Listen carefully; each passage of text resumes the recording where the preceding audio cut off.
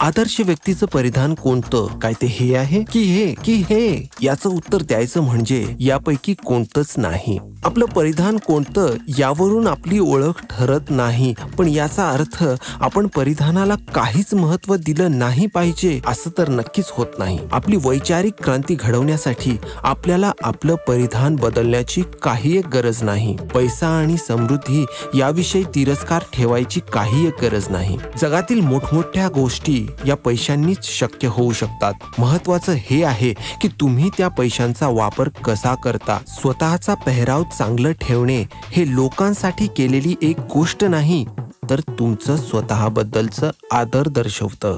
सेनेकाच्या मते काही लोकांना नैतिक प्रगती करण्यापेक्षा प्रसिद्धी मिळवण्याची खूप इच्छा असते.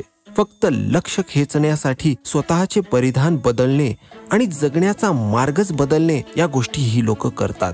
चोळामोळा झालेले कपडे, विस्कटलेले केस आणि वाढलेली दाढी, महागड्या वस्तूंचा द्वेष, या सर्व आणि इतर काही गोष्टी ज्या आपल्याला स्वतःच्या वाढीपासून रोखून ठेवतात, यांना आपण टाळलं पाहिजे. ते म्हणतात की आपण आतून स्वतःला पूर्णपणे वेगळे बनवू, पण जो चेहरा आपण लोकांना दाखवतोय तो इतर लोकांसारखाच असू देत. आपले वस्त्र महागडे नसावे, पण ते घाणेरडे तरी नसावे. जे आयुष्य आपण जगण्याचा प्रयत्न करतोय ते सामान्य जीवनापेक्षा चांगले असले पाहिजे, त्याच्या विरोधी नाही. एखाद्याच्या शरीराला यातना देणे, साधं स्वच्छ न राहण्याची शपथ घेणे, घाणेरडा पेहराव ठेवणे, असे अन्न खाणे जे फक्त स्वस्तच नाही तर शिळे आणि घाणेरडे आहे, या सगळ्या गोष्टी निसर्गाविरुद्ध आहेत. जसं स्वादिष्ट पदार्थांची आकांक्षा ठेवणे विलासी वृत्ती दर्शवते, त्याचप्रमाणे ज्या गोष्टी सामान्य आहेत आणि सहजपणे मिळवता येतील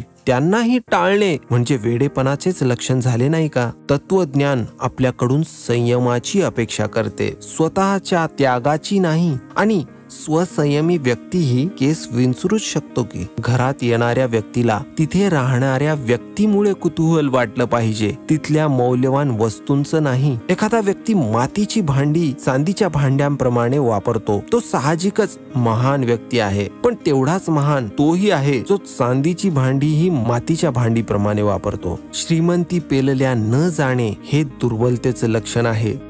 तत्वज्ञानात रस घेणारे तुम्ही आणि माझ्यासारखे व्यक्ती, सेनेका आपल्याला सांगतात की तुमचं आणि माझं हे कर्तव्य आहे की आपण हे तत्वज्ञान जास्तीत जास्त लोकांपर्यंत पोहोचवलं पाहिजे. तत्वज्ञान हा शब्द कितीही विनम्रपणे वापरला तरी लोकांना अस्वस्थ करतो आणि सामान्य जनतेपर्यंत हे ज्ञान पोहोचवण्यासाठी आपल्याला आपला पेहराव त्यांच्यासारखाच ठेवला पाहिजे. अन्यथा ज्या लोकांना आपल्याला हे ज्ञान सांगायचं आहे त्यांनाच आपण घाबरवू, अनिच्छुक बनवू. सर्वप्रथम भावना जी तत्वज्ञान खात्रीने देते ती भावना आहे मैत्रीची भावना, माणसात एकत्रतेची भावना. वेगळं काहीतरी परिधान करून आपण सगळेच यापासून तोडले जाऊ.